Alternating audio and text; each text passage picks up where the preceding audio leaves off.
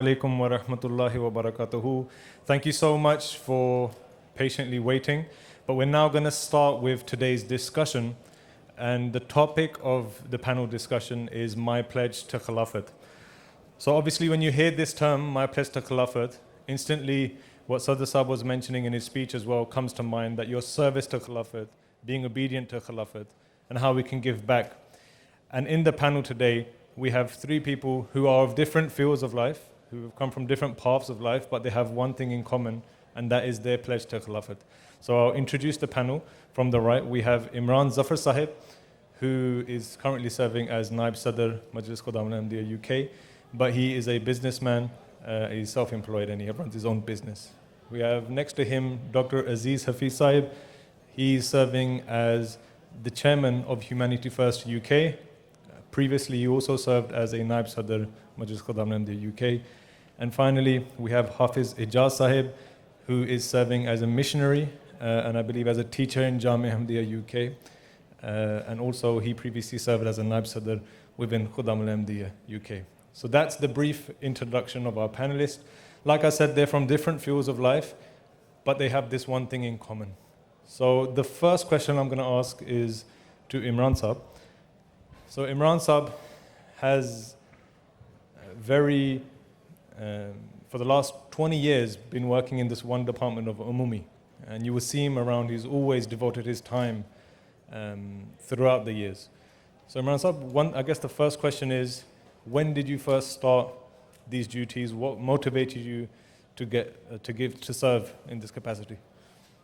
Bismillah ar-Rahman ar-Rahim. Assalamu alaikum, Maqdam brothers. I think I started performing Umumi duties in year 2000.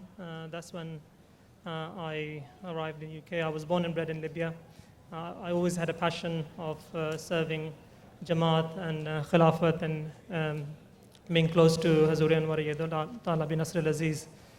And in year 2000, when I arrived in UK, I had the opportunity of serving in Umumi department. And ever since, alhamdulillah, I've been serving. So the motive behind it, from a very childhood up until now, we hear the faith-inspiring stories of Badri Sahaba. So how they showed their love, dedication, and the commitment to protect and safeguard the Holy Prophet Sallallahu Alaihi Wasallam. So in this era, we have beloved Hazur, and we have this opportunity to serve, and we try to attain the same love and dedication by performing the duties and gain his pleasure and nearness. One actually follow-up question, which is I think relevant to everyone, because sometimes when you work in a department for so long, so for example, you've been working in the Umumi or security department for over 20 years, it's very easy sometimes to say, well, I want to do something different, or I'm getting bored now, I want to do another duty. And that happens in many other departments. So what motivated you to stay within this one department? Again, it's not a kind of thing is you have an option or you have a choice. It is something that you've been given any certain responsibility, then you have to take it on board and perform, and automatically Allah gives you guides you, He gives you the confidence, and He makes you deliver the task which has been allocated to you. Sorry, one thing I forgot to mention. This will be in Urdu and English. We're going to cater for all of our Khuddam brothers. So the panelists, inshallah, will speak in whatever language they feel comfortable, but we're going to get them to try and speak in Urdu as well to cater for all of our Khuddam brothers. I guess next is Hafiz Sahib, if I can just come to you. One question I've always wanted to ask you, and you can answer in whatever language you want, is you have had the blessed opportunity to serve Khalifatul Masih, not just presently, but also prior to Khilafat. So how has your experience been being so close to beloved Hazur? Bismillah ar-Rahman ar-Rahim. اگر آپ دیکھیں تو نبوت کی اگر بات کریں گے, نبی کی بات کرتے ہیں ہم, تو اللہ تعالیٰ جو ہے وہ نبی کی جو پرانی زندگی, پہلے کی زندگی ہوتی ہے نبوت سے, وہ اس کی نبوت پہ ایک دلیل ہوا کرتی ہے۔ تو اسی طرح اگر ہم حضور انور رضی اللہ تعالیٰ عنہ نصر عزیز کو دیکھیں تو آپ کی خلافت کی زندگی بھی جو خلافت سے پہلے تھی وہ بھی ایسے ہی جس طرح کہ آپ آج دیکھتے ہیں کہ ہر لمحہ حضور کو یہی خدا تعالیٰ کی طرف لوگوں کو لے کے آنا یا خدا تعالیٰ کی طرف لوگوں کی طبیعت کو مائل کرنا۔ مجھے ابھی بھی یاد ہے کہ پہلی مرتبہ جب کسی موقع پہ میں حضرت صاحب کے ساتھ کام کر رہا تھا تو حضور نے جو پہلی ہدایت میں نے ڈائریکٹ حضرت صاحب نے مجھے کسی موقع پہ دی وہ یہ تھی کہ ایک جگہ پہ ہم 3-4 خدام کام کر رہے تھے، تو حضرت صاحب تشریف لائے اور حضور نے ہم سے پوچھا کہ کوئی بات کہنی تھی ہمیں، لیکن پہلے یہ پوچھا کہ آپ لوگوں نے نماز ادا کر لی ہے؟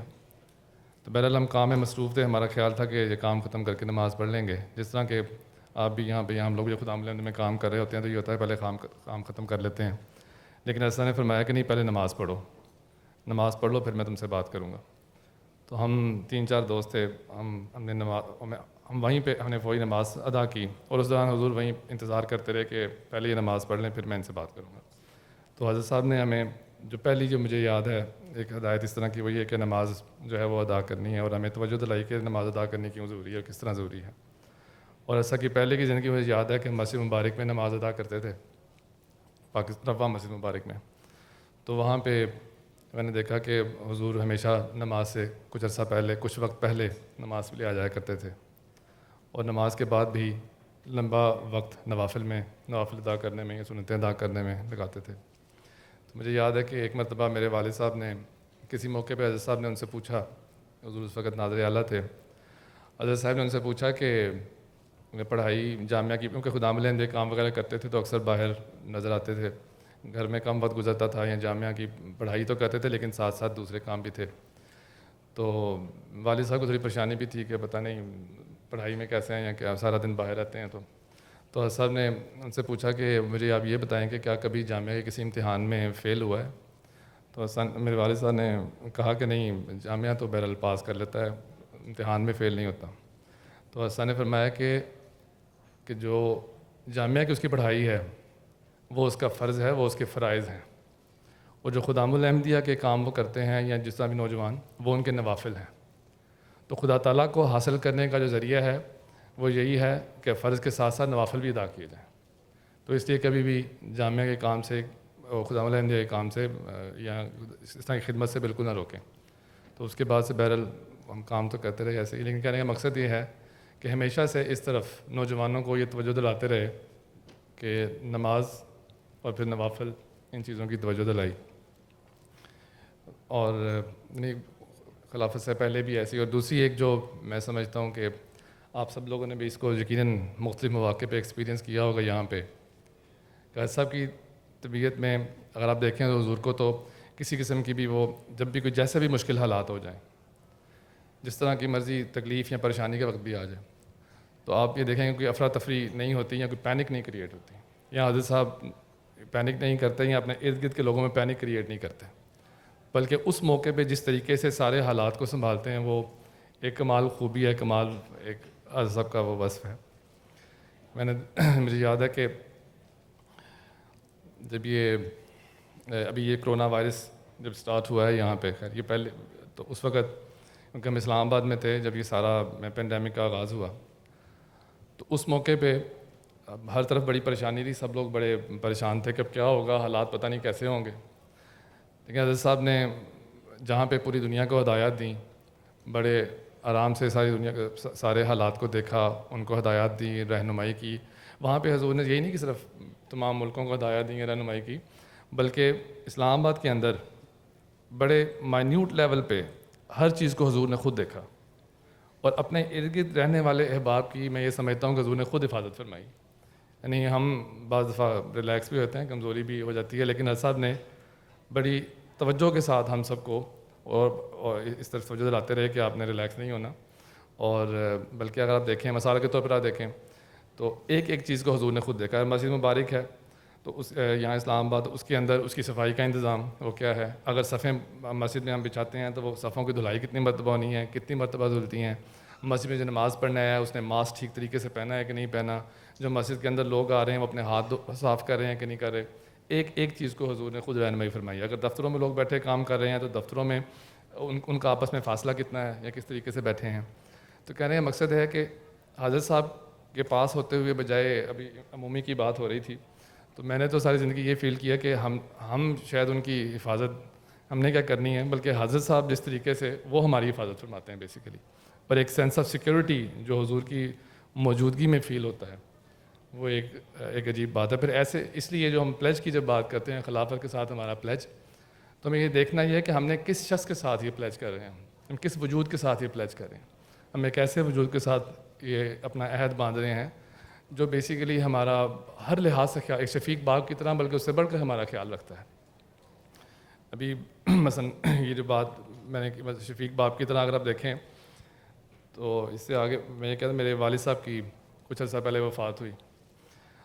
اب اس وفات کے موقع پر ظاہری بات ہے ہر بچے کو اپنے والد سے پیار ہوتا ہے, تکلیف ہوتی ہے, صدمہ ہوتا ہے, اور اسی صدمے سے میں بھی گزرا. اور میرا خیال تھا کہ یہ کرونا وائرس ہے, وہ حالات ہیں, کووڈ-19 مختلف رولز ہیں, میں پتہ نہیں پاکستان پہنچ سکوں گا نہیں پہنچوں گا, جنازے پہ جا سکوں گا یا جاؤں یا نہ جاؤں, بلکہ یہ بھی ذہن میں تھا. تو وفات کے 15-20 منٹ بعد مجھے حضرت صاحب نے شفقت فرمائی اور مجھے دفتر میں آنے کی اجازت ملامت فرمائی اور میں ملاقات کا موقع ملا. تو حضرت صاحب نے بڑی محبت سے بڑے پیار سے مجھے حوصلہ دیا اور ساتھ یہ بھی فرمایا کہ تم پاکستان جاؤ اور اپنی والدہ کا خیال رکھو, اور ان کا خیال رکھنا ہے اور سب گھر والوں کو سنبھالنا ہے, اور انشاءاللہ تم جتنے بھی تمہارے بہن بھائی ہیں جو ملکوں سے باہر ہیں جہاں بھی تم سب سے پہلے پہنچو گے وہاں پہ. اور اتفاق کی بات یہ ہے کہ میں اپنے بہن بھائیوں میں سے سب سے پہلے جو باہر کے ممالک میں سے پہلے پہنچا, اپنی والدہ کے پاس پہنچا, اور وہ ایک جو حوصلہ حضور نے مجھے دیا تھا اور جو ہمت دی تھی وہ ایسی وہ اللہ تعالیٰ کے فضل سے آخر تک وہ قائم رہی اور ٹوٹی نہیں, اس وجہ سے کہ حضرت صاحب کی دعائیں ساتھ تھیں. اور پھر میرے جانے سے پہلے ہر موقع پر مطلب ہر نماز پر حضور بار مجھ سے پوچھتے کہ تمہاری ٹکٹ ہو گئی ہے, تمہارا ٹیسٹ ہو گیا ہے, تمہارے جانے کے انتظامات ہو گئے ہیں, آگے انتظامات کیسے ہیں, بار یہ پوچھتے یہ سوال استفسار فرماتے. اور اس سے بھی پھر ایک خیال دل میں پیدا ہوتا کہ ہاں میرا جسمانی باپ تو فوت ہو گیا ہے, لیکن اللہ تعالیٰ نے مجھے ایک ایسا باپ بھی عطا فرمایا ہے جو ہر وقت میرے والد سے زیادہ میرا خیال رکھتا ہے. تو حضرت صاحب کی تو ایسے بندے کے ساتھ جب ہم اپنا عہد کرتے ہیں تو ہم اس کا بدلہ تو نہیں دے سکتے کسی قسم کا, نہ اپنی خدمات کے ذریعے نہ کسی اور کے ذریعے کسی اور چیز کے ذریعے. تو وہ بدلہ تو صرف ہم یہ کوشش کر سکتے ہیں کہ خلیفۃ المسیح کے لیے دعا کریں, جتنی دعا کر سکتے ہیں, ان کی صحت کے لیے دعا کریں, ان کے کاموں کے لیے دعا کریں, اور خلیفۃ المسیح کے سلطان نصیر بنیں.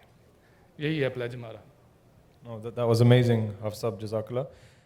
I guess one question, Dr. Saab, I want to ask you, just in follow-up of what Hafiz Saab said, sometimes when you're in the presence of Huzur, we sometimes forget that there are members across the world, and you've witnessed this firsthand working for Humanity First, who may have never seen Huzur, but they have that same passion. And in some cases, you see they're ready to sacrifice their life, wealth, honor, everything that we pledge, they do it as well. So if you could just share some of your experiences, especially with regards to when you've had the opportunity to work abroad. Am I permitted to take this off while speaking? Assalamu yes, I've been quite blessed to have witnessed MDs with such passion that I can say for myself, embarrassed to call myself an MD Muslim when I compare to their level of passion. And there are many things to share. I noted down a few of them. I want to share one simple one first. And I'm conscious that I do justice to what he said. I was in the West Bank in Palestine, and I met a gentleman called Muhammad Jabbar Saib, a new MD for some time, very tall guy, about 6.5, 7 foot tall. Doesn't speak any English. I don't speak any Arabic. I met him in Hebron, and those that, if you know the situation in Hebron, it's not an easy situation. So we were sat down, and Amir Saab Kababir, Sharifuddin Saab, was translating for us. And in the translation, he was very humble, this gentleman. He knew I was representing Jamaat Humanity First. And what he said was in such humility. He said, "You do not understand what Khilafat is. You do not understand what it means to pledge obedience to Khilafat. So I'm looking really confused. I'm thinking, I've only just arrived and he's already telling me off. And he's got tears in his eyes.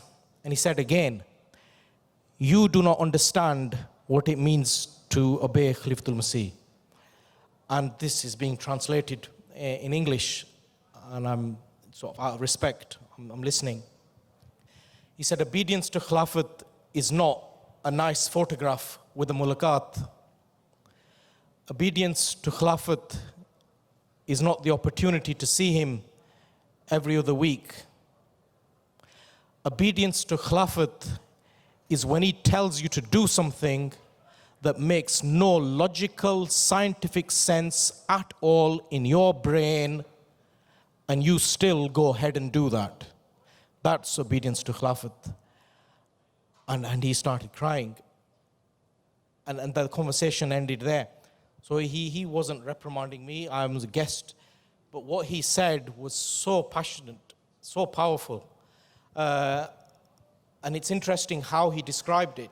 It's easy when it looks nice, when we see Khalifatul Masih and he's happy with us and we're happy. It's human nature. It's human nature to be loved. It's human nature to have people smile at you, to have Khalifatul Masih smile at you. The challenge is when you're asked to do something that doesn't, with respect, that does not make sense to you. And if I can add something further, again, it's linked to Palestine. In 1947, when the state of Israel was created, the Ahmadiyya Muslim Jamaat lived in Palestine since 1900s and lived in the Haifa area of Mount Carmel. You will all have known. At that time, there was trouble. So those Palestinians that were living in what now became the new state of Israel fled. They fled to neighboring countries, Egypt, Iraq, Syria, everybody fled. And our own Ahmadis also fled, started to flee. A telegram came from, it would have been Qadian or Rabah at the time, from Hazrat Khalifatul Masih II, saying that nobody is to leave their land, that they will die on their own land. And some that left, but as the message came, they all came back. And to this day now, you see the Kababir Jamaat, you'll have seen the mulaqats recently that they've had with the Zuraktas, you see MTA3, you see the programs that you see from there. Those of you who have been to Kababir, you've seen the blessing not only from a spiritual point of view to the Jamaat and how it's spread, but from a worldly point of view. Our members, our Jamaat there has been blessed with wealth, those that are in the commercial sector, with high educational status, and they all, to this day, when you speak to the elders, say this is purely due to the blessings of obeying Khalifatul Masih at the time. Because at that time, what Khalifatul Masih said to us mere mortals did not make logical sense. It was a sure death sentence because all the militias were killing and murdering people. You just need to Google the history of the creation of Israel at the time and the fighting that happened between people from one villages and other villages. And yet they survived all this. They survived all this, and they say very clearly, this is purely and only due to obeying Khalifatul Masih, but obeying him when, to you at that time, it sounded a suicide mission. I mean, there's many, many others, but I'll stop at that. That's amazing. Thank you so much for sharing. And actually, this is a question, anyone can answer this question, whoever feels comfortable, is often you do assume that when you're, I mean, for someone who's never seen Huzur before, like you mentioned, and every time he sees MTA, he sees people in and around Huzur serving, it's just he only gets to see that one image. And that one image obviously doesn't tell the whole story of the efforts that everyone is doing. So how would you explain to someone who's not aware that actually what really goes behind the scenes when you're in and around Khilafat serving, and how much more careful you have to be, and how difficult at sometimes it could be actually serving? Any one of you could answer. Who feels?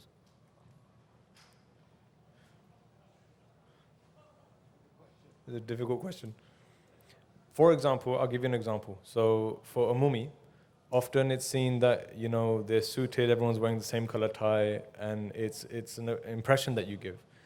And that's an attraction as well. People might say, well, I want to do that because you get to be in and around Huzur. But obviously that must come with its challenges as well, you know, motivating people. Like, for example, I don't know how many people here know that the Umumi team's been doing night shifts for the last 2 days. But that side of things you don't really see. Sometimes people only see what they see on TV. So how do you motivate people to kind of go the extra mile, to give time or do things that are difficult, even though the world might not see that part of their service? Yeah, I think behind the scenes, if you look at it, Umumi, of course, they have a role to play where they look at Hifazat and the security of Khalifa Waqt. But that is the primary responsibility because Khalifa Waqti resides here. But there are a number of other roles and responsibilities they have. But I think it reminds me of the pledge that we take, that I should always be ready to offer any sacrifice for guarding the institution of Khilafat Ahmadiyya. You know, these words are very powerful, but which is easy to say. But it needs a lot of dedication and courage to carry out and perform the expectations which are expected of you. So here we have had a team of I think 60 to 70 Khudam over the year due to Huzur commitments, and he resides here in the UK. There's that event after events. And alhamdulillah, Khudam have been performing duties to the very best of their abilities, and they gave precedence to their faith over the worldly commitments, where over a drop of the hat, you know, we found out there is an event, Khudam, they just gave up all their commitments, their work schedules, their families, and they came forward and performed their duties. And when these Khudam, they went back to carry out their daily routine jobs, within a matter of few hours, they've noticed that they've made a very handsome income. And you know, these kind of incidents, it inspires them, and it brings you more closer to your faith, and brings you closer to the Khilafat as well. And I guess my next question, again, it's an open question, anyone can answer, whoever feels that they want to, is during your time in Khudam al-Ahmadiyya as well, or it could be during your time in Humanity First, have you ever been inspired by your fellow Khudam brothers or Humanity First volunteers, and ever been kind of extra motivated to, through their devotion, to give more time and more effort? Or any inspirational incidents that you've witnessed? Grab the mic because there's something that inspired me to the point that, again, left speechless. So I take you back to a country called Republic of Guinea. Guinea-Conakry is commonly called because there's another Guinea next door. So our chairman of Humanity First there is a gentleman called Tahir Abid Saab, who is also our missionary in charge of the Jamaat there. Now, for those that know the country, it is stifled and troubled with constant battling and warring and civil war and one faction after the other. In 2008, there was a military coup and there were bombs flying everywhere. Obviously, the missionaries there, there was no Humanity First formally there, and with his wife and 3 children, and bullets were coming into their bedroom. And the Jamaat gave an instruction from London, Bashir, that you need to leave, and you need to get out now. And Sierra Leone is the nearest country. Getting out was impossible. the only way of getting out is to pay these mercenaries. And it worked out at that point $4,000 a person. So 5 of his family, it's 5 for $20,000 to get out. It's about a 100-mile journey. A call came from Tabshir. Hazur Akhtar said, you get out, it doesn't matter what it costs, you get out of the country immediately. So he found these mercenaries as $4,000 a person to get out. And the Jamaat said, it's not a problem. In fact, Khalifatul Masih said, it's not a problem. He turned the lift down. And it was a guaranteed death almost by not going. He said, I am not worth $4,000 to my Jamaat. And I don't want to spend that amount of money. And we're all human beings. You can imagine what his wife must have felt. You know, we're not angels. We have our human, nobody wants to die. So he turned it down. And he came back home. And obviously his wife, and as an obedient missionary's wife, didn't say anything, but clearly she's got 3 children. And he said, I can't. Because I cannot pay that much money. I can't use the Jamaat's money on me. And they waited a day, and a day passed, and by some miracle, the bombs and the shells and the firing, they calmed down. They calmed down to an extent that the whole day there was no shooting. At that point, he got a call from the Emir of Sierra Leone next door, and that's the escape route. And he said that we have a window of opportunity to send some vehicles because there was no petrol, even if he went in his own car, and we can get you out. So Emir of Sierra Leone said, yes, he sent 2 vehicles for his family and 2 khadam. So they came, they got in that car, and they drove to the border. There were many checkpoints, and they were stopped many times. And it's ruthless, lawless land. So they were so close to the border, they were stopped. His wife is expecting any day. She's pregnant. And these people, these soldiers were very, very aggressive. They wouldn't let them go any further forward. And they thought, right, okay, they're now going to kill us. Suddenly, one soldier looks at him and says, they're French-speaking, and he said, my Imam, to Rabbi Saab. He's never seen this man in his life before. And he comes and hugs him. He said, oh, my Imam, my Imam, my Imam. And so he goes, I also hugged him as well. I said, yes, very nice. Never seen him in his life before. And he brought fruit and food and things in the cars. And suddenly said something to the soldiers. Next thing he knows, the soldiers that are about to shoot them are escorting them to the border. Escorted them to the border, and they're in Sierra Leone. They're now free, but still there are challenges. It's dark, it's 10 p.m., it's raining, the weather is very, very severe. So they're thinking we should stop. Again, this also highlights obedience to the Nizam and to whoever put in authority. Amir Saab, Sierra Leone at the time, who is managing this operation, said, don't stop. Keep going. It doesn't matter how bad the weather is. You keep driving. He said, okay, you know your country. They drove. They arrived about 4, 5 a.m. in the morning, safely. An hour later, his wife gives birth. Had he done his own thing and stayed, it would have been a very challenging situation. So that was so inspiring for me to hear that level of obedience, and Allah knows whether I would have that ability to turn down a lift that would save my life, my wife's life, and my children's life. That's amazing.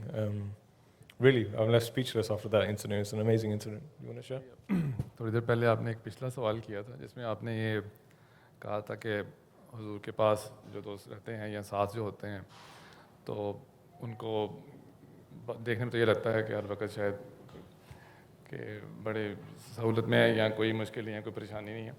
मसला है कि परेशानी इस लिहाज से तो नहीं होती لیکن بہرحال یہ ہوتا ہے کہ ایک ذمہ داری کا احساس ہوتا ہے اس وقت, اور وہ پریشر بہرحال انسان کے اوپر ہوتا ہے, اور اس کا طریقہ کار یہی ہے اس پریشر کو دور کرنے کا کہ اس وقت انسان خدا تعالیٰ کی طرف توکل کرے اور خدا تعالیٰ پر بھروسہ کرے. ہم نے حضرت صاحب کی زندگی میں بھی یہی دیکھا ہے, اور پاس رہنے کا مقصد بھی یہی ہے, یا حضور کے پاس رہنے کا, جو ہم دیکھیں پھر ہم اس بات کو آگے بتائیں بھی جہاں موقع پہ. تو ہم نے یہ دیکھا ہے کہ جیسی بھی صورتحال ہو, جیسے بھی حالات ہوں, حضرت صاحب ہمیشہ بالکل کمپوزڈ اور فوکس دیکھا ہے اپنے کاز کے لیے, اور خدا تعالیٰ پر بے پناہ توکل دیکھا ہے. اور مثال کے طور پہ پاکستان میں جب حضرت خلیفۃ مسیح رابع رحمۃ اللہ کی وفات ہوئی تو حضور اس وقت ربوہ میں تھے, اور اس وقت ظاہری بات ہے ایک بڑی گھبراہٹ اور بڑی پریشانی کے حالات تھے, بڑی بے چینی تھی ہر طرف. لیکن مجھے ابھی بھی حضرت صاحب کا اس وقت کا وہ چہرہ اور بالکل یاد ہے کہ جب حضور تشریف لائے, اور جو کمیٹی کے اور لوگ بھی تھے وہ بھی وہاں پہ تھے طریق جدید کے دفاتر میں, تو حضرت صاحب بالکل دیکھ کے چہرے پہ جس طرح کوئی بے چینی یا پریشانی کا اظہار وہ بالکل نہیں تھا, بلکہ خدا تعالیٰ پر مکمل توکل جس طرح ایک شخص کا ہوتا ہے, خدا تعالیٰ پر مکمل بھروسہ ہونے کی وجہ سے بڑے اطمینان سے ان حالات کو, خدا تعالیٰ کی جماعت ہے تو اللہ تعالیٰ نے اس کام کو کرنا ہی ہے, اس لیے خدا تعالیٰ پر انسان کا توکل ہو. تو وہ ہم نے اس وقت حضرت صاحب کو دیکھا کہ حضور نے بڑے اچھے طریقے سے ان سارے حالات کو وہاں پر سنبھالا, کوئی پریشانی یا کوئی بے چینی یا کوئی افراتفری یا کوئی پینک کریٹ نہیں ہونے دی.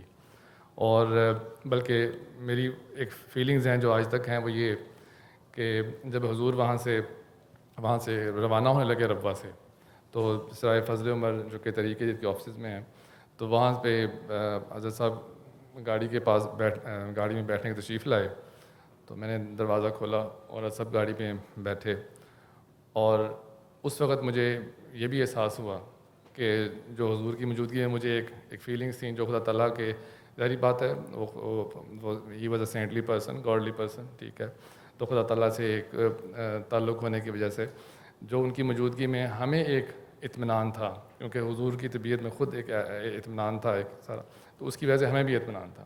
تو حضور گاڑی میں بیٹھے اور روانہ ہونے لگے تو مجھے بالکل ایسا لگا جیسے میرا دل ڈوبتا جا رہا ہے. لیکن بہرحال وہ حالات ایسے تھے, حضور وہاں سے تشریف لے گئے, لیکن اس کے یہ وہ ایک فیلنگس تھیں جو حضور کی موجودگی میں جو محسوس ہوتی تھیں اس وقت. بہرحال حضور تشریف لے گئے, اور 3-4 دن جیسے بھی گزرے وہ آپ سب لوگوں کو پتہ ہے. پھر یہاں پہ بھی آ کے, خیر میں یہاں پہ تو نہیں تھا, لیکن یقینی طور پہ جس طرح کیمرے کی آنکھ سے دیکھا وہ یہی تھا کہ حالات کو اچھے طریقے سے سب سارے کام ہو گئے, اور اللہ تعالیٰ نے اپنے فضل سے حضور کو خلیفۃ المسیح بھی منتخب فرمایا. اور اس کے بعد جو ہم ربوہ میں دوست تھے, جو لوگ تھے, ان سب کے جو دلوں کی بھی جو کیفیت تھی وہ بھی بالکل جیسے کہتے ہیں کہ امن اور سکون کی کیفیت میں بدل گئی. تو بہرحال حضرت صاحب کے ساتھ رہنے کا ایک پھر بوجھ, ایک ذمہ داری یہ بھی بنتی ہے ہم سب کی جو خدام الحمدی میں ہوتے ہیں یا پاس کام کرتے ہیں, کہ ہمیں بھی پھر کوشش کرنی چاہیے کہ ذمہ داری کے ساتھ ہمارا پلیج تو پھر یہی ہونا چاہیے کہ انہیں اعمال, انہیں ایکشنز کو اپنانے کی کوشش کریں جو ہم دیکھتے ہیں.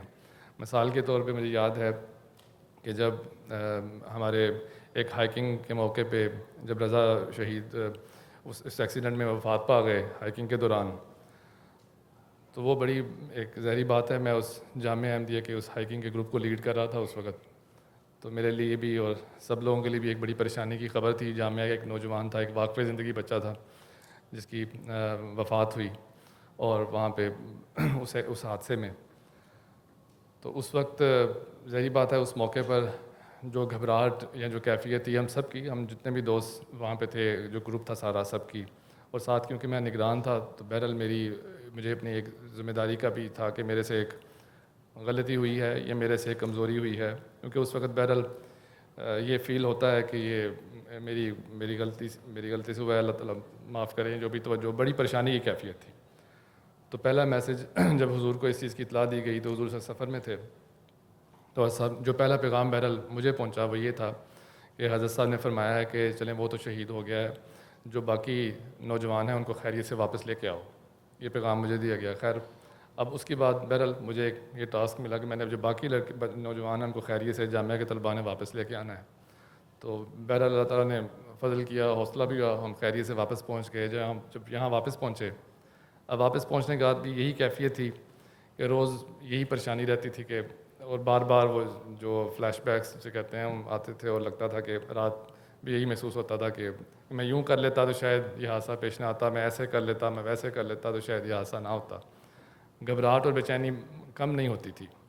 بہت سارے بزرگوں نے، دوستوں نے حوصلہ بھی دیا، ہمت بھی دی، لیکن بہرحال جب تک یہ تھا کہ حضرت صاحب کی طرف سے کوئی ایسی بات نہ ہوتی تو وہ حوصلہ اور ہمت ہمیں سے شاید کسی کو بھی نہ ہوتی. بہرحال حضور اس کے بعد تشریف لائے اسلام آباد، رضا سلیم شہید کے گھر ان کو ملنے کے لیے آئے، ان کے والدین کو. تو حضور جب وہاں سے باہر نکلے تو حضور نے مجھے دیکھ کے فرمایا کہ تمہیں کوئی چوٹ تو نہیں لگی، تم ٹھیک ہو. یہ وہ الفاظ تھے جس کے بعد حضور نے ایک پیار اور محبت کا اظہار کیا. اور جو میری کیفیت تھی جس میں یہ تھا کہ میری ایک غلطی، میرے سے ایک کمزوری ہوئی ہے یا میرے سے ایک غلطی ہوئی ہے، میں اس سے تھوڑا سا باہر نکلا. اور اس کے بعد حضور نے باقی جامعہ کے طلباء کو، جو کہ سب اس وقت پریشان تھے، اس شوق میں تھے، ان کو بھی بلایا، ان کو بھی سمجھایا. یہ بات بڑے پیار اور محبت سے سمجھائی کہ ٹھیک ہے، انسان کی وفات ہونی ہوتی ہے، حادثہ ہو جاتا ہے، وفات ہو جاتی ہے. بہرحال وہ ایک نیک بچہ تھا اور ہم سب لوگوں کو یہ کوشش کرنی چاہیے کہ جو اس نے نیک کام شروع کیے تھے ہم اس کو جاری رکھیں. بلکہ اس کے بعد حضور نے دوبارہ ہم سب کو ایک جگہ پہ دوسری مرتبہ پھر اکٹھا کیا، بلایا اور پھر ہمیں سمجھائی یہ بات کہ جو اس نے نیک کام شروع کیے تو ان نیک کاموں کو جاری رکھیں. اور پھر اس کی وفات پہ حضور نے جو خطبہ جمعہ دیا اور اس میں بھی بڑا حوصلہ ہوا. تو میں یہ سمجھتا ہوں کہ میری ذاتی طور پہ بھی یہ کیفیت ایسی تھی اس وقت، کیونکہ میری ذات سے اس کا تعلق ہے کہ شاید میں اس واقعے کے بعد شاید اتنا جلدی سنبھل نہ پاتا. اور لیکن حضرت صاحب کے جو الفاظ تھے، حضور نے خطبہ جمعہ میں بھی فرمایا کہ ایک حادثہ تھا جو ہو گیا ہے، اس سے باہر نکلیں اور آگے چلیں. تو بہرحال حضور نے ہمت دی، حوصلہ دیا، شفقت فرمائی، بڑا پیار کا سلوک کیا، جس کی وجہ سے اس پریشانی اور غم سے بہرحال باہر نکلنے میں مدد ملی. تو یہ حضرت صاحب کی ایک خوبی ایسی ہے کہ عمومی طور پہ جب ایسے واقعات ہوتے ہیں تو بالکل ایسے نہیں ریئیکشن بعض مرتبہ کرتے، اس طرح بعض طور پہ لوگ فوری طور پہ ریئیکشن دے کے کچھ ایسی باتیں کہہ دیتے ہیں جو کہ اس موقع پہ موجود لوگوں کو تکلیف کا باعث بنتی ہیں. بلکہ حضور نے بڑے پیار سے، بڑے حوصلے سے اہمیت دی. میں یہ سمجھتا ہوں کہ چلے وہ تو وفات پا گیا تھا، لیکن اللہ تعالیٰ حضور نے ہمیں ایک جسے کہتے ہیں کہ ایک زندہ شخص جو موت کا شکار ہو جاتا ہے، اس سے بچا لیا ہم سب کو اپنی بڑی محبت اور شفقت کے ساتھ. No, I actually remember that incident. Everyone was concerned when that incident happened, and I still remember it's exactly as Hafiz Sahab said it. After Hazur visited the family, the whole atmosphere changed. Hafiz Sahab, my next quick question is, how long were you in Pakistan? How many years have you lived in Pakistan before you came to the UK? میں پاکستان میں کتنی دیر رہا ہوں یہاں آنے سے پہلے؟ 28 سال. And then how long? So the reason I ask is because obviously whilst you were in Pakistan, you served in Khuddam al-Ahmadiyya very actively. You served in Khuddam al-Ahmadiyya in UK as well. How does the passion and the service compare? اصل میں بات یہ ہے کہ پاکستان میں رہتے ہوئے بھی فوکس جو ہے وہ سب کا خلافت کی طرف ہی ہوتا ہے. ہم پاکستان میں بھی کام کرتے تھے تو فوکس یہی تھا کہ حضرت خلیفۃ المسیح کی طرف سے یہ ہدایت ہے، حضور کی طرف سے یہ ارشاد ہے، اور وہ ایک چین کے سلسلے، ایک میسج وہ ٹرانسفر ہوتا ہم تک آتا ہے. ٹھیک ہے. اور اسی وجہ سے پیشن یہی تھا کہ ہم نے خدا تعالیٰ کی، اور وہ کام خدا تعالیٰ کی خاطر کرنا ہے، کیونکہ خلیفہ بہرحال ہم اس بات پر یقین رکھتے ہیں کہ خلیفہ خدا تعالیٰ بناتا ہے. جب خلیفۃ المسیح کی طرف سے کوئی پیغام بھی آئے تو ہم یہ سمجھتے ہیں کہ یہ یقینی طور پہ ہدایت ہے جس پہ ہم نے عمل کرنا ہے. ٹھیک ہے. اس لیے پاکستان میں بھی ہماری یہی سچویشن تھی. اور حضرت صاحب بھی بالکل ویسے ہی، کیونکہ حضور اس وقت مجھے یاد ہے کہ ایک بات بتا رہا تھا. میں نے پہلی مرتبہ جو حضرت صاحب کو پاکستان میں دیکھا ہوگا جو اپنی ہوش میں جو مجھے یاد ہے، وہ میری 13-14 سال کی عمر ہے. 1994 کی یہ بات ہے، 1994 کی. تو اس وقت مجھے یاد ہے حضور ہمارے اسکول نصرت جہاں اکیڈمی تشریف لائے. حضور اس وقت ناظر تعلیم تھے، ڈائریکٹر اکیڈمکس تھے. اور 1974 کے بعد جماعت کے پاس اس سے پہلے جماعت کے پاس جو اسکول تھے، تعلیم السلام کالج اور تعلیم السلام ہائی اسکول، یہ جماعت کے اسکول تھے جن کو جماعت کی مینجمنٹ رن کرتی تھی. لیکن 74 کے بعد جب حالات چینج ہوئے ملک کے اور ہمیں پرسیکیوشن شروع ہوئی اور ہمیں نان مسلم قرار دے دیا گیا، تو اس کے بعد وہ اسکولز وغیرہ جماعت سے سارے لے لیے گئے تھے. تو یہ نصرت جہاں اکیڈمی ایک ایسا اسکول تھا جو جماعت نے خود پھر شروع کیا تھا، اور اس کی مینجمنٹ جماعت کی مینجمنٹ تھی. مجھے یاد ہے کہ حضرت صاحب کی اس وقت حضور ناظر تعلیم تھی، یہ کوشش تھی کہ یہ اسکول جو ہے یہ اسکول جس طرح تعلیم اسلام اسکول اور کالج کا نام تھا، اس اسکول کا بھی ویسے ہی نام ہو، اور پڑھائی میں بھی یعنی اکیڈیمکلی بھی اور اسپورٹس میں بھی یہ اس کی ریکگنیشن ہو. اور کیونکہ پہلے اگر آپ کو پتہ ہو تو تعلیم اسلام کالج اور تعلیم اسلام ہائی اسکول میں باہر سے لوگ آ کے لاہور، راولپنڈی، اسلام آباد، بڑے شہروں سے لوگ آ کے ان اسکولوں میں پڑھا کرتے تھے. وہ اتنے اچھے اسٹینڈرڈس کے اسکول تھے. تو حضور کی یہ کوشش تھی کہ یہ اسکول بھی اس لیول پہ جائے. تو اس کے لیے حضور نے، مجھے یاد ہے کہ صرف یہی نہیں پڑھایا، صرف 7 یا 8 سال میں حضور نے بڑی توجہ کے ساتھ اسکول کو اس لیول پہ لے کے آئے تھے کہ 1994-95 میں ہمارا اسکول جو ہے وہ پڑھائی میں بھی اس نے distinction all over the Pakistan انہوں نے لینی شروع کر دیں، اور اسپورٹس میں بھی وہ آگے آنا شروع ہو گئے. مجھے اس لیے یہ بات یاد ہے کہ 94 میں ایک اسکول میں ایک بیڈمنٹن کا میچ رکھا گیا، تو حضور اس میچ کو دیکھنے کے لیے تشریف لائے. لیکن اس دور میں کیونکہ اسکول بہرحال حالات انڈور ہمارے پاس کوئی ہال نہیں تھا، تو وہ اوپن ایئر گراؤنڈ تھا، اور وہ بھی کلے کورٹ تھا. اب کلے کورٹ ظاہری بات ہم کھیل رہے ہیں، اس میں مٹی بھی کافی اڑتی ہے کافی، تو خیر کافی مٹی ہم اسی میں کھیلتے رہے. میچ ختم ہو گیا تو حضرت صاحب نے میچ کے بعد کہا کہ اسکول کے جو ہیڈ ٹیچر تھے یا پرنسپل تھے کہ آپ کے بچے جو ہیں یہ اچھا کھیلنے والے ہیں، ان کے لیے کوئی کورٹ اچھا ایٹ لیسٹ سیمنٹڈ کورٹ تیار کر دیں تاکہ وہ آگے کھیل سکیں یا آگے بڑھ سکیں. تو کہنے کا مقصد یہ ہے کہ حضور نے، اور اس وقت پہلی مرتبہ میں نے یہ محسوس کیا کہ حضرت صاحب جو ہیں وہ جو 14-15 سال کی عمر کا بچہ جو سوچتا ہے بات وہی کہ نوجوانوں کا بہت خیال رکھتے ہیں. اور حضور کو پھر یہی نہیں، پھر میں نے آگے بھی چل کے دیکھا کہ نوجوانوں کے اندر ایک کانفیڈنس پیدا کرنا، یہ حضرت صاحب کوشش ہوتی تھی کہ ان کے ساتھ ان کے اندر ایک اعتماد پیدا کیا جائے، انہیں کام دیتے اور ان میں تاکہ ان میں اعتماد آئے اور ان سے کام کرواتے. اور یہ ایک بہت بڑی ایک خوبی تھی، ایک بس تھا حضور کا کہ ان کو کام دینا اور ان سے کام لینا اور کام سمجھانا. اور پھر صرف کام دیتے نہیں تھے، بڑی باریکی سے حضور اس کام کے اوپر نظر بھی رکھتے تھے اور اس کا جائزہ بھی لیتے تھے اپنے تمام تر کاموں کے ساتھ. تو اس طرح یعنی ہم نے پاکستان میں نے اب جو دیکھا ہے وہ سب کو ایسے ہی. مجھے بلکہ میں ایک بات یہاں بیان کرنا چاہتا ہوں کہ آج کل ہم دیکھتے ہیں کہ بعض دفعہ یہ ہماری، میں تو سمجھتا ہوں میری تو یہ کمزوری ہے، ہمیں یہ کمزوری ہوتی ہے کہ ہم اس چیز کا خیال نہیں رکھتے کہ قرآن کریم کا یہ حکم ہے کہ جب کوئی کسی کے والد کا کوئی تعلق رکھنے والا شخص کوئی یا آپ کے والد اگر فوت ہو جائیں تو جن لوگوں سے ان کا تعلق تھا یا جن سے ان کے کوئی تعلقات تھے یا تو ان کے ساتھ اولاد کو بھی چاہیے کہ بعد میں وہ تعلق ویسے قائم رکھے. تو خیر میں نے اس چیز کو نوٹ کیا 1997 میں جب حضرت صاحبزادہ مرزا منصور احمد صاحب کی وفات ہوئی، تو جو کہ حضور اقدس کے والد محترم تھے، ان کی جب وفات ہوئی تو اس موقع پہ میں نے اس چیز کو محسوس کیا کہ ہمارے والد صاحب مبارک احمد طاہر صاحب، وہ کیونکہ ان کا ایک لمبا عرصہ صاحبزادہ میاں منصور احمد صاحب کے ساتھ کام کیا تھا، اور ایک صرف یہی نہیں کہ سب ساتھ کام کیا تھا بلکہ صاحبزادہ میاں منصور احمد صاحب میرے والد صاحب کے محسن بھی تھے، ان کے مربی بھی تھے، کیونکہ صرف ساتھ کام ہی نہیں کیا تھا بلکہ بہت سارے احسانات تھے اور تربیت بھی ساری ساتھ کی تھی اور دہائیوں کا ساتھ تھا، ایک لمبے عرصے کا ساتھ تھا. تو اس تربیت کی وجہ سے، اس تعلق کی وجہ سے ایک گہری وابستگی تھی، ایک تعلق بھی تھا.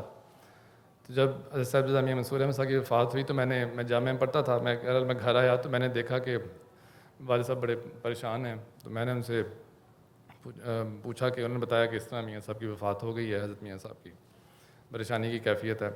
تو بہرحال ان کو پریشانی یہی تھی کہ ایک لمبا عرصہ میں نے ان کے ساتھ کام کیا ہے اور ایڈجسٹمنٹ ہے، کام کرنے کا طریق بھی ان سے سیکھا ہے. ایک مینٹور ہیں جو کہ وفات پا گئے ہیں، تو اب پتہ نہیں جو نیا افسر ہوگا وہ کس طرح میرے سے سلوک کرے گا یا کیا ہوگا. تو بہرحال وہ ایک نیچرل شاید پریشانی ہوتی ہو. تو وہ اس کے بعد حضور اس وقت پھر ناظر اعلیٰ مقرر ہوئے، اور جب حضور ناظر اعلیٰ مقرر ہوئے تو حضور نے، میں نے دیکھا کہ، اور میرے والد صاحب اس چیز کا بہت اظہار کرتے تھے کہ اس چیز کا بہت خیال رکھا کہ جن لوگوں کا یہاں حضرت صاحب منصور احمد صاحب کی جن لوگوں پہ شفقت تھی یا جن لوگوں کے ساتھ تعلق تھا، حضرت صاحب نے بھی ان لوگوں کے ساتھ بڑی شفقت اور محبت اور احسان کا سلوک کیا. اور میں نے دیکھا کہ کچھ ہی عرصے میں والد صاحب کی پریشانی بہرحال دور ہو گئی. بلکہ یہ تعلق صرف میں یہ سمجھتا صرف یہی نہیں کہ میرے والد صاحب کے ساتھ، بلکہ اگلی نسلوں کے ساتھ بھی حضور نے اس تعلق کو شفقت اور احسان کو جاری رکھا. تو یہ ایک بڑا اعلیٰ وصف ہے کہ جو حضور نے اپنے جو والد صاحب کی وفات کے بعد جو ان کے ساتھ تعلق رکھنے والے لوگ تھے ان کے ساتھ تعلق چھوڑا نہیں بلکہ اس تعلق کو ہمیشہ بڑھاتے چلے گئے. Jazakallah Hafiz Sahab. We're coming close to the end of this discussion. We have about 10 minutes left. And if I could just request Dr. Sahab, again, Dr. Sahab, you've had many opportunities to serve not just in Khuddam al-Ahmadiyya but also in Humanity First. Again, if you could just present any incident, faith-inspiring, that really serves this topic. Assalamu alaikum, Jazakallah. Again, this topic of pledge to Khilafat is so voluminous. Sometimes people don't see the depth. What does it actually mean? There is a greaterness than just that pledge to Khilafat. It actually takes you to your pledge to God Almighty. So it is that route to link you with God. And sometimes when we're young, we may not have that. And probably one personal example I will share. In the 1990s, the Jamaat was sending aid convoys to Bosnia. And I was fortunate at the age of, I'm not sure, 17, 18, and the Maulana Tahir Selbi Saab was the Amir Qafla of this group. And I was the youngest, and I was very excited. And I had I would say, a good upbringing by my parents. I had an understanding of the Jamaat. I had an understanding there was a God. But the ferry is all the tickets are sold. And obviously, we have nowhere to go. We now need some accommodation. So he comes back and he sits down. And I think there were 6 or 9 of us, and I was the youngest. And he said, everybody should pray. He goes, let us pray that Allah finds a way. So they're all sat silent, doing their dua in their own way. And I obviously obeyed what Murabi Sahib said, but in my heart, I was quite agitated. I said, this doesn't make sense. He's asking us to pray. There's no space left on the ferry. The next ferry is in 7 days' time. We got nowhere to sleep tonight. And we are sat here looking at the stars, looking at the skies. But obviously, I was too shy to say anything. I didn't want to get beaten up. So everybody's khamosh. And so they clearly were praying. And I have to confess, I probably wasn't. I was looking here and there to see if somebody talks and says something as to what to do. So I think 2 hours passed. And lorries are loading onto this ferry. And if you can imagine a ferry, it opens, the HGVs roll on. And by this time, I just stayed silent, nothing what to do. I was too small to say anything. My opinion was, suddenly you hear an almighty bang. A lorry is about to load onto the ferry, but it's about half a foot too high. And the entrance hits the top of the ferry.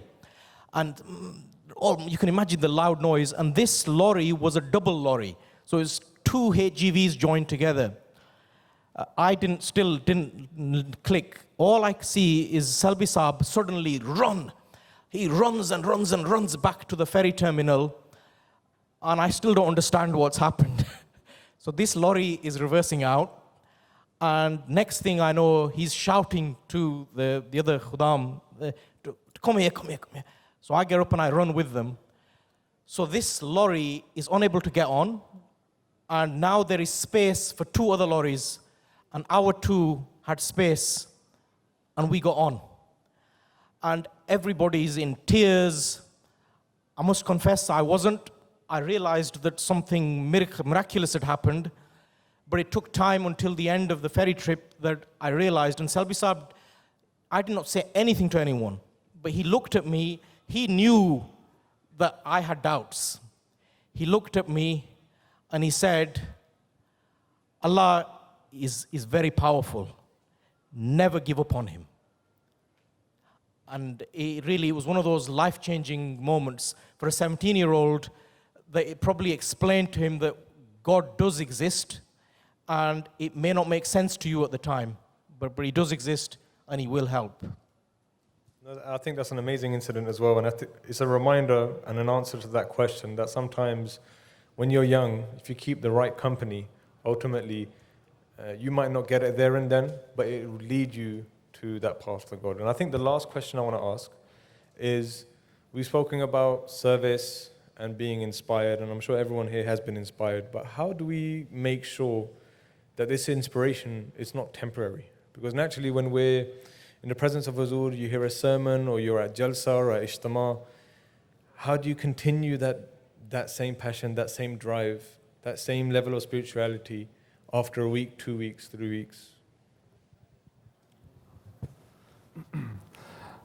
इसके मेरे ख्याल में जिस तरह हज़रत साहब ने हमें बारहा इस चीज़ के मुतालिक हमारी तवज्जो भी दिलाई है कि अमूमी तौर पे ये होता है कि जब बाज़ दफ़ा कोई तकरीर सुनी जाती है या कोई, उसके बाद इंसान को लगता है कि उसके अंदर एक आग भड़क उठती है, एक जज्बा उसके अंदर पैदा होता है, लेकिन फिर वो बाद में आहिस्ता आहिस्ता थोड़ा बुझना भी शुरू हो जाता है। तो उसकी मेरे ख्याल में तो इंसान अगर अपने असल मकसद की तरफ तवज्जो करे, क्योंकि असल मकसद जो है वो यही है, अगर हमारा जो पर्पज़ है खिलाफत को सर्व करने का भी, और खिलाफत का पर्पज़ यही है कि इस्लाम और खुदा ताला के हुक्म का बोलबाला हो, यानी खुदा ताला के जो अहकामात हैं उनको उनकी दुनिया में प्रैक्टिस की जाए, और उसके लिए ही जो हैं तमाम अंबिया दुनिया में आए। और रसूल करीम सल्लल्लाहु अलैहि वसल्लम के बाद ये जमात अहमदी और मसीह मौऊद अलैहिस्सलाम के आने का मकसद भी यही था कि उन अखलाकियात को, उन बातों को दोबारा दुनिया में ज़िंदा किया जाए जो कि रसूल करीम सल्लल्लाहु अलैहि वसल्लम के दौर में थे। और उसके बाद फिर खिलाफत, हर खिलाफत में और अब इस खिलाफत में भी यही है कि हम उन चीज़ों को ज़िंदा रखें जो रसूल करीम सल्लल्लाहु अलैहि वसल्लम ने हमें सिखाई हैं, जो बातें हमें बताई हैं, या जो कुरान ने हमें हदायत दी हैं। अगर इंसान जिस तरह अगर इंसान इस चीज़ पे गौर करे कि खलीफातुल, मैं ये समझता हूँ कि मेरे लिए बाज़ ऐसी बातें होती हैं कि अगर ये सोचे कि हज़रत साहब अगर आप देखें तो दुनिया की तमाम मुश्किलात, तमाम परेशानियाँ, रोज़ कितनी मुश्किलात, कितनी परेशानियाँ, कितनी बातें आपके सामने आती हैं, लेकिन उन तमाम परेशानियों, तमाम बातों के बावजूद नमाज के लिए हंसते मुस्कुराते मस्जिद तशरीफ़ लाते हैं, सब लोगों को अस्सलाम वालेकुम कहते हैं, और उसके बाद फिर सलामती भेज के वापस रवाना हो जाते हैं। हमारी छोटी छोटी परेशानियाँ दिन में होती हैं, कि बड़ी परेशानियाँ हमें नहीं आती, ठीक है, लेकिन हम छोटी छोटी बातों में परेशान होकर दिल छोड़ के बैठ जाते हैं। लेकिन अगर इंसान की तवज्जो असल मकसद की तरफ, जो कि खुदा ताला की इबादत करना है और अल्लाह ताला के अहकामात पर अमल करते हुए ज़िंदगी गुजारना है, इसकी तरफ रहे और इंसान इसकी बार बार जुगाली करता रहे, और जिस तरह के हजूर ने बताया कि उन इंस्ट्रक्शन और हजूर की अगर बाकायदगी से हज़रत साहब के खिताबात और प्रोग्रामों को इंसान सुनता रहे, जो कि आजकल कसरत से आते हैं, वीकली वो वीक विद हजूर वो प्रोग्राम आता है, उसमें बहुत सारी बातें होती हैं, और उसको 2-3 मरतबा अगर आप देखें तो बहुत सारी बातें इंसान समझ लेता है और दोबारा आपके तवज्जो उस तरफ हो जाती है। फिर हजूर के खुतबात हैं, फिर MTA के मुख्तलिफ प्रोग्राम, और इसी तरह आजकल तो रोज़ाना ही कोई ना कोई क्लास मुख्तलिफ ममालिक के साथ या हमारे खुदाम के साथ या दूसरी क्लासेस हैं वो MTA पर आती हैं। बात यह है कि अगर आप खलीफातुल मसीह की तरफ अपना रुख रखें और कनेक्टेड रहें तो अल्लाह ताला के साथ आपका ताल्लुक़ खुद ब खुद बन जाता है, और ये मैं समझता हूँ एक ज़रिया है कि इस ज़रिए से अपनी इसको लगन को ज़िंदा रखा जा सकता है। I think I will just share an incident. In 2017, I had the privilege of traveling with Huzur to Germany, and on the way back, as I was happened to be one of the drivers driving in the convoy of the cars, and on the way back, all of a sudden, some random car, they just came in between the Kafla cars, and all drivers had to do the emergency braking. So, but the car which was right behind me didn't brake in time, and the Khadimi bumped into my car. So we informed everyone on a walkie-talkie that we had an incident, and then Kafla pulled over on the next service station. So everyone got off the car. Huzur also got off the car. He came, he asked if everyone is okay. He inspected the damage, and then Huzur walked back towards his car. And very lovingly, Huzur took out a homeopathic medicine out of his car, and he gave it to the passengers sitting in my car and the passengers which was in the car right behind me. So, as usual, I was scared and nervous whether I should go or not. I just stayed behind, and in the end, I said, okay, I will go. But by the time I got there, I think everyone was served, and in fact, there were members who were not in those cars, and they were also taking the homeopathy medicine. And Hazur, in a kind of a very jokingly way, he said that you were not in that car, so why so-and-so person is asking? He said, Hazur, I want to take the barak. Hazur said, this is not mithai. So, and then by the time I got there, Hazur, I think, served the last person, and Hazur got into his car. And then I quickly ran back towards my car, and then Kafra moved on. But at the back of my mind, I was quite sad that why didn't I go? Why didn't I take the tabarak from homeopathic medicine from Hazur? But as soon as the Kafla got onto the motorway, I heard Major Saab on a walkie-talkie saying that Imran Hazur is inquiring, you didn't take the medicine. So you should, when we stop at the next destination, you should come and take the medicine. I felt a shiver run down my spine, that I was extremely humbled and privileged, and at the same time very emotional that Hazur remembered me that I didn't take the medicine. So it was a moment, I think, which I will remember forever. Jazakallah, Imran Sahib. In fact, I'd like to take this opportunity now, we've come to the end of the session, to thank all three of our guests, Imran Sahib, Dr. Sahib and Hafiz Ijaz Sahib, for sharing these faith-inspiring incidents and accounts. And I can speak on behalf of everyone that we have sincerely been inspired, and it has kind of reminded us of the beauty of these events. You come here and the objective is not just to attend for the sake of it, but also to be inspired and go back even more driven to enhance in our spirituality. Just one announcement before we end, and that is that inshallah the Khuddam academics will continue in this marquee. So Jazakallah, thank you so much for listening.